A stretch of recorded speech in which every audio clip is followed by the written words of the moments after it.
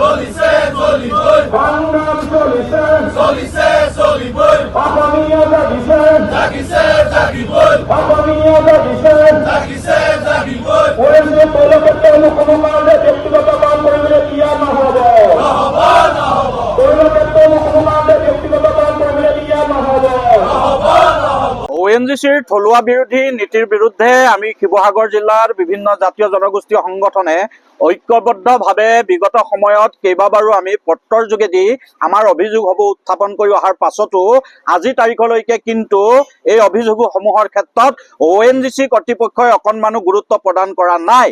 আমি আজি ONGCৰ শিৱসাগৰৰ মুখ্য কাৰ্যালয় নাজিৰাৰ মুখ্য কাৰ্যালয়ৰ সন্মুখত শিৱসাগৰ জিলাৰ প্ৰতিটো জাতীয় জনগোষ্ঠীয় সংগঠন আমি একত্ৰিত হৈছো আৰু ইয়াতে প্ৰতিবাদী কাৰ্যসূচী গ্ৰহণ কৰিছো।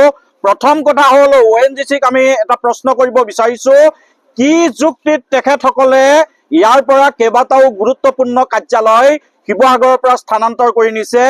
তেখেতসকলে ইতিমধ্যে ইয়াৰ পৰা যিটো আমাৰ জিঅ'লজি বিভাগ আছিলে গুৰুত্বপূৰ্ণ বিভাগ ইয়াৰ পৰা স্থানান্তৰ কৰি নিছে।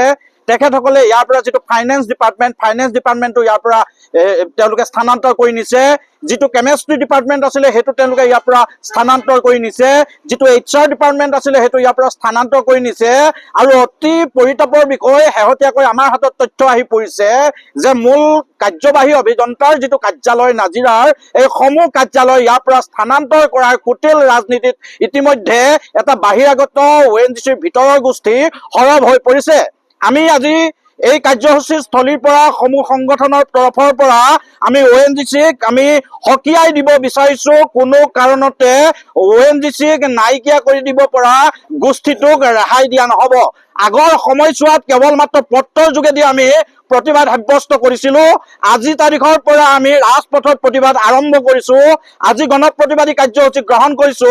ইয়াৰ পিছৰ পৰ্যায়ত ONGCৰ মুখ্য কাৰ্যালয়সমূহৰ লগতে অন্যান্য কাৰ্যালয়সমূহৰ তলাবন্ধ কাৰ্যসূচী আমি গ্ৰহণ কৰিম আৰু তাৰ পাছতো ONGCয়ে যদি যথোপযুক্ত যুক্তি সহকাৰে এই বিষয়বিলাক উপস্থাপন কৰি আমাক প্ৰতিয়ন নিয়াব নোৱাৰে, তেখেতসকলৰ অসম বিৰোধী যিসমূহ নীতি তেওঁলোকে যদি বন্ধ নকৰে, তেতিয়াহ'লে ONGCৰ সৰ্বাত্মক বন্ধ তৈল খনন বন্ধ কাৰ্যসূচী আমি গ্ৰহণ কৰিবলৈ আমি বাধ্য হ'ম। এটা অসম বিৰোধী চক্ৰ আগৰ পৰাই লাগি আছে, এতিয়াও লাগি আছে।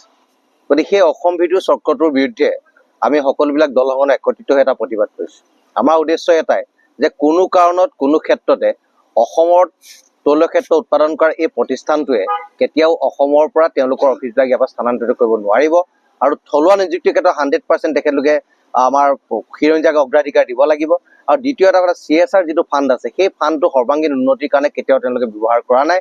অসম আৰু অসমীয়াৰ স্বাৰ্থত এই CSR ফাণ্ডটো ব্যৱহাৰ কৰিবৰ কাৰণে আমি ONGCক সকীয়াই দিছোঁ। আৰু পুনৰবাৰ আমি এই প্ৰতিবাদস্থলীৰ পৰা এটা কথা স্পষ্টভাৱে জনাই দিব বিচাৰিছোঁ, যদি তেখেতলোকে খিলঞ্জীয়াক প্ৰতাৰণা কৰা এই কাণ্ড কাৰখানাত লিপ্ত হৈ থাকে, তেতিয়াহ'লে অনতিপলমে শিৱসাগৰৰ সকলো দলসমূহ একত্ৰিত হৈ ONGCৰ উৎপাদন আৰু খনন সকলো বন্ধ কৰি দিবলৈ আমি কুণ্ঠাবোধ নকৰিম।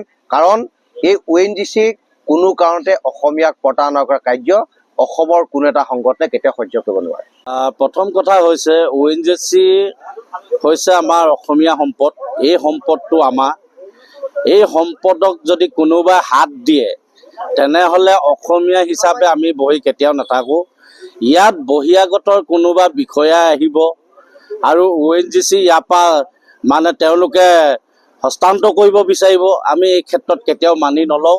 আমাৰ স্পষ্ট কথা, ONGC হিচাপে থাকিব লাগিব।